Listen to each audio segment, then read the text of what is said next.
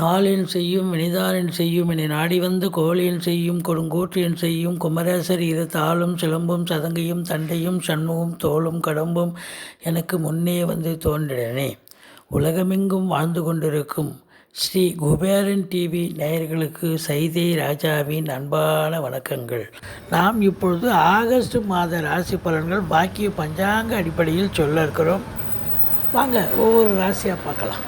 இப்பொழுது நாம் கன்னி ராசியை பார்க்க போகிறோம். கன்னி ராசி காலபுருஷ தத்துவப்படி 6வது ராசி. புத பகவான் ஆட்சி பெறும் வீடு, ஆட்சி உச்சம் பெறும் வீடு. இப்பொழுது இந்த கன்னி ராசியை மீனத்தில் இருக்கும் குரு பகவான் சப்தம பார்வையாக பார்ப்பது என்பது சூப்பருங்க. ராசியை குரு பார்த்தா அதை விட ஒரு சிறப்பு வேறு ஒன்றுமே இல்லை. தன்னம்பிக்கை, கௌரவம், சந்தோஷம், குதூகலம் நிச்சயமாக ஏற்படக்கூடிய ஒரு அமைப்பு. அதுலேயும் பாருங்கள், கடைசி வாரத்தில் புத பகவான் அந்த வீட்டில் அமர்கிறார், உச்சம் பெறுகிறார், குரு பார்வையை பெறுகிறார். அப்போது கடைசி வாரம் ரொம்ப ஓஹோன்னு இருக்கக்கூடிய ஒரு அமைப்பு. அப்போது மற்ற முதல் 3 வாரம் எப்படி இருக்கும் அப்படின்னா 12ஆம் இடத்துல போய் அமர்ந்து விடுகிறார். 12ல் எப்போவுமே ராசிநாதன் போய் அமர்ந்து விட்டால் ஒரு பின்னடைவை சந்திக்கக்கூடிய அமைப்பு. சிம்மத்தில் இருக்கார் பாருங்கள் 24 நாட்கள். அப்போ ஒரு பின்னடைவை சந்திக்கக்கூடிய ஒரு நிலை. நீங்கள் வேலை பார்க்குற இடத்துல, சொந்த பந்தத்துலேயும் சரி, இல்லை வேறு எங்கேயாவது நீங்கள் எச்சரிக்கையாக நீங்கள் இருக்கணும்.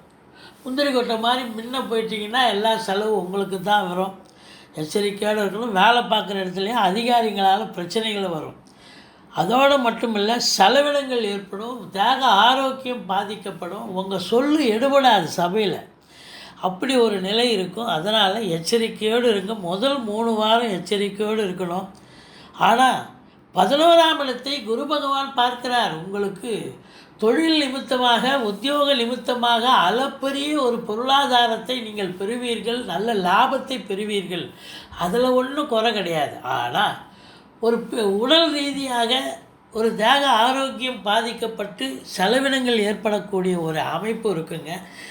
மற்றபடி பார்க்கும் பொழுது 2ஆம் இடத்தில் கேது பகவான் இருக்கிறார். 2ல் கேது இருந்து சனி பார்வை இருக்கிறது. குடும்பத்தை நல்லாவே பிரிப்பார் கேது பகவான். அப்போது கணவன் மனைவி கொஞ்சம் எச்சரிக்கையாகவே பேசணும். ஏன்னா ஏதாவது உங்கள் ஜனனகால தசா புத்தியில், ஜனனகால ஜாதகப்படி நீங்கள் குடும்பத்தை பிரியணும், டைவர்ஸ் ஆகணும்னா இந்த கேதுவே உங்களை பிரிச்சுடுவார். அதனால் நீங்கள், ஆனால் எல்லாருக்கும் பிரிக்கணுங்கிறவங்களுக்கு தான் அப்படி நடக்கும். அதனால் கொஞ்சம் எச்சரிக்கையாக இருங்க. பேசுவதில் நிதானம் தேவை அப்படின்னு நம்ம சொல்கிறோம். கணவன் மனைவி மட்டும் இல்லை, மற்ற குடும்ப உறுப்பினர்கள்கிட்டேயும் சரி, நீங்கள் வேலை பார்க்குற இடத்துல, நட்பு வட்டாரம், சொந்த பந்தம், எல்லா இடங்களிலும் நீங்கள் பேசுவதில் கொஞ்சம் நாசுக்காக எச்சரிக்கையாக பேச வேண்டும். 2ஆம் இடத்து அதிபதி உங்களுக்கு 11ல் அதிகபட்சமாக இருந்து குரு பார்வையில் இருக்கிறார். பண வரவு, பொருள் வரவு இருக்கும். அதாவது உங்களுக்கு பேங்க் பேலன்ஸ் உயரும். நீங்கள் லட்சுமி கடாட்சம் நிறைந்த ஒரு மாதம். ஆனால் குடும்பத்தில் சண்டை சச்சரவு வரக்கூடிய அமைப்பு இருக்குது. எச்சரிக்கையோடு இருந்து கொள்ளுங்கள். 3ஆம் இடம் என்று சொல்லக்கூடிய 3ஆம் இடத்தை செவ்வாய் பகவான் உங்களுக்கு பார்க்கிறார். அவர் மேஷத்திலிருந்து 10 நாள் இருக்கார். மேஷத்திலிருந்தும் பார்க்குறாரு, ரிஷபத்திலிருந்து 7ஆம் பார்வையாக பார்க்குறாரு. அப்போது கம்யூனிகேஷன் பாவம் ரொம்ப சிறப்பாக இருக்குது. பிபிஓ, சாஃப்ட்வேர், ஹார்ட்வேர், தபால் தந்தி லாக்கா, கொரியர் சர்வீஸ், விளையாட்டு வீரர்கள், வீராங்கனைகள், நடன கலைஞர்கள், ஸ்டண்ட்டு கலைஞர்கள், பின்னணி பாடகர்கள், இசை அமைப்பாளர்கள், இசை வல்லுநர்கள், சினிமா மற்றும் தொலைக்காட்சி பிரிவில் பணியாற்றக்கூடிய பணியாளர்கள், நடிகை நடிகைகள், டெக்னீஷியன்கள், எடிட்டர்கள், கேமராமேன்கள், புகைப்பட கலைஞர்கள், அத்துணை பேருக்கும் நல்லதே நடக்கக்கூடிய ஒரு சூழல். வெளிநாட்டிலிருந்து உங்களுக்கு நல்ல தகவல் வர இருக்கிறது. நீங்கள் தயாராக இருக்கலாம். இளைய சகோதர சகோதரிகள் இருந்தால் உங்களுக்கு அவங்கள ஆதரவாக செயல்படுவாங்க. 4ஆம் இடம், 4ஆம் இடத்து அதிபதியும் உங்களுக்கு பார்த்தீங்கன்னு சொன்னாக்கா குரு பகவான். இந்த குரு பகவான் 7ல் இருக்கிறார். ஆட்சி பீடத்தில் இருக்கிறார். முதல் வாரம் நல்லாவே இருக்கிறார், ஆட்சியில் தான் இருக்கார். அடுத்த வாரமும் ஆட்சி தான், ஆனால் முதல் வாரம் தான் நல்லா, அதுக்கப்புறம் வக்ரகதியில் இருக்கிறார். அப்போது 7க்குடையவன் வக்ரகதியில் இருந்தால் கணவன் மனைவிக்குள்ளே கூட கருத்து வேறுபாடு வரும். அதே நேரத்தில் வண்டி வாகனங்கள் செலவு வைக்கும், தாயாருடைய தேக ஆரோக்கியம் பாதிக்கப்படும். நீங்கள் நல்ல விலைக்கு போகும் அப்படின்னு சொல்லிட்டு எதிர்பார்த்து காத்திருப்பீங்க, யாரும் அதை சீண்ட மாட்டாங்க. அதே மாதிரி வாங்கலான்னு நீங்கள் முடிவு கட்டி ஒரு இடத்துக்கு போவீங்க, அது உங்களுக்கு குதிர்பாடு ஆகாது அந்த இடம். இப்படி எல்லாம் இடம் சம்பந்தப்பட்ட பூமி சம்பந்தப்பட்ட விஷயங்கள் உங்களுக்கு தள்ளிக்கிட்டே போகும் அப்படின்னு சொல்லலாம். காரணம் 4ஆம் இடத்து அதிபதி வக்ரகதியில் இருக்கிறதால. முதல் வாரம் தான் உங்களுக்கு வெற்றி கிடைக்கும். கடைசி 3 வாரம் இடம் வாங்கிறது, பூமி வாங்கிறது, தாயார் வழி எல்லா நிலைகளிலும் உங்களுக்கு தோல்வியை சந்திக்கக்கூடிய தாய் வழி சொந்தங்கள் உங்களுக்கு எதிர்ப்பாக கிளம்புவார்கள். 5ஆம் இடம் என்று சொல்லக்கூடிய 5ஆம் இடத்தில் சனி பகவான் ஆட்சி பீடத்தில் இருந்தாலும் அவரும் வக்ரகதியில் இருக்கிறார். அப்போ முன்வீட்டு பலனை செய்வார். அப்போ 4ல் சனி இருந்தால் அர்த்தாஷ்டம சனி என்ன நடந்துச்சோ அந்த நிலை உங்களுக்கு இப்போ ஏற்படும். அப்போ இந்த ராசி கன்னி ராசி அன்பர்களுக்கு 4ல் சனி இருக்கும் பொழுது எத்தகைய இன்னல்களை அனுபவித்தீர்களோ அந்த பிரச்சனை கண்டிப்பாக வரும். கொஞ்சம் எச்சரிக்கையாக இருந்து கொள்ளுங்கள். அர்த்தாஷ்டம சனியினுடைய வேலை நடக்கும். அடுத்தது 7ஆம் இடத்தில் முதல் ஒரு வாரம் குரு நல்ல நிலையில் இருக்கிறார், திருமணம் கைகூடும். அடுத்த கடைசி 3 வாரம் பார்த்திங்கன்னா குரு வக்ரகதியில் இருக்கிறாரு. உங்களுக்கு நடத்தினா தான் நடத்துவார், இல்லை நடத்தாமலும் போயிடுவார். இது தாங்க நிலைமை. ஆனால் குரு இருக்கிற இடம் வக்ரமாக இருக்கலாம், பார்க்குற பார்வை சுப பார்வை என்று சொல்லக்கூடிய ஒரு நிலை. 9ஆம் இடம் அப்படின்னு பார்க்கும்பொழுது 8ஆம் இடத்துல ராகு பகவான் இருக்கிறார். 8க்குடைய செவ்வாய் 9ஆம் இடத்துக்கு போயிட்டார். 10 நாள் செவ்வாய் ராகுவோடு இணைஞ்சிருக்கிறார். பிறகு கடைசி 21 நாள் 3 வாரம் பார்த்திங்கன்னா செவ்வாய் ரிஷபத்திற்கு சென்று விடுகிறார். இப்போ 8ல் ராகு இருப்பது நல்லதா அப்படின்னா மேஷ ராகு மேடான ராகு தான் நல்லது செய்வார். ஆனால் 8ஆம் இடம் என்பது கொஞ்சம் விபரீதத்தை தரக்கூடிய ஒரு இடம். ஆனால் வெளிநாடு போன்ற விஷயங்களுக்கு உங்களை கண்டிப்பாக அனுப்புவார். குடும்பத்தை கண்டிப்பாக பிரிக்கக்கூடிய ஒரு அமைப்பு. அதாவது வெளிநாட்டுக்கு அனுப்பினாங்க சொன்னாங்க, அப்போ குடும்பத்தை பிரிப்பாக இருந்தாலும் அர்த்தம். இந்த 8ல் ராகு இருந்தால் துர்க்கைக்கு வழிபாடு பண்ணணுங்க. இந்த சொந்த தொழில் பண்ணுறவங்க அப்படியே இருக்கிறத வச்சு அப்படியே மெயின்டைன் பண்ணுங்கள். நீங்கள் அகல கால் வச்சு கடனை வாங்கி தொழிலில் போட்டிங்கன்னா தொழில் இன்னும் கடன் அதிகமாக ஆகிடும், கடனை ரீபே பண்ண முடியாது. அதனால் இந்த 8ஆம் இடத்து ராகு கொஞ்சம் விழிப்புணர்ச்சியாக இருக்கணும். அசிங்கம் அவமானத்தை தரக்கூடிய இடம் 8ஆம் இடம். ஆனால் அஃப்கோர்ஸ் அது மேஷ ராகுவாக இருக்கிறதால ஓரளவுக்கு எந்த ஒரு பிரச்சனையும் இருக்காது.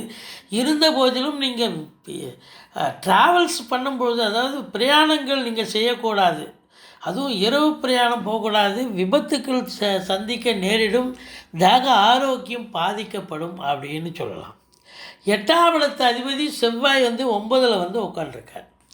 இப்போ 8க்குடையவன் எப்போவுமே ஒரு கெட்ட துஸ்தானாதிபதிகள் திரிகோணத்தில் அமர்ந்தாலே நல்லது செய்யும் அப்படின்னு ஒரு விதிவிலக்குங்க. நல்லதே செய்யும். திரிகோணங்கிறது அருமையான இடம். சுப இடத்தில், மிகுந்த சுபமான இடத்தில் அசுப கிரகங்கள் அமரும் பொழுது அசுபத்தன்மை அவர்களால் ஏற்படுத்தக்கூடிய அசுபத்தன்மை இருக்காது அப்படின்னு ஒரு கணக்கு. இருந்த போதிலும் 9ஆம் இடத்தில் செவ்வாய் இருப்பது என்பது தந்தை வழி சொந்தங்கள் மூலம் உங்களுக்கு ஏதாவது ஒரு டென்ஷன் ஆகக்கூடிய ஒரு அமைப்பு இருக்கும். அதே நேரத்தில் நீங்கள் வெளியில் டூரோ இல்லை வெளிநாட்டு பயணம் அப்படி செய்ய போகும்போது கூட உங்களுக்கு ஏதாவது இடர்பாடுகளை சந்திக்கக்கூடிய ஒரு அமைப்பு ஏற்படலாம் அப்படின்னு சொல்லலாம். 10ஆம் இடத்தில் சுக்கிர பகவான் இருக்கிறார். 10க்குடையவன் உங்களுக்கு 12ஆம் இடம் ராசியில் அமர்ந்திருக்கிறார். அப்போது வேலையில் இருக்கிறவங்க கொஞ்சம் எச்சரிக்கையாக காஷியஸாக வேலை பார்க்கணுங்க. மேலதிகாரி சக ஊழியர்கள் என்ன சொல்கிறாங்களோ அதை கேட்டு வேலை பார்த்திங்கன்னா எந்த பிரச்சனையும் இருக்காது. முதல் 3 வாரம் கொஞ்சம் விபரீதங்கள் ஏற்படக்கூடிய ஒரு அமைப்பு இருக்கும் வேலை பார்க்குற இடத்துல. நீங்கள் சொன்னால் மேலதிகாரி ஏற்றுக்க மாட்டாங்க, சக ஊழியர்கள் ஏற்றுக்க மாட்டாங்க. அதே நேரத்தில் கொஞ்சம் ஹார்ட் ஒர்க் பண்ண வேண்டி இருக்கும். 8 ஹவர் டியூட்டினா ஒரு 10 ஹவர் 12 ஹவர்னு கூட வேலை பார்க்க வேண்டிய சூழல் ஏற்படும். ஏன்னா உங்களுக்கு 10ஆம் இடத்து அதிபதி 12ல் வந்து அமர்ந்திருக்கிறார். அப்போது ஒரு பின்னடைவை சந்திக்கக்கூடிய ஒரு அமைப்பு இருக்குங்க.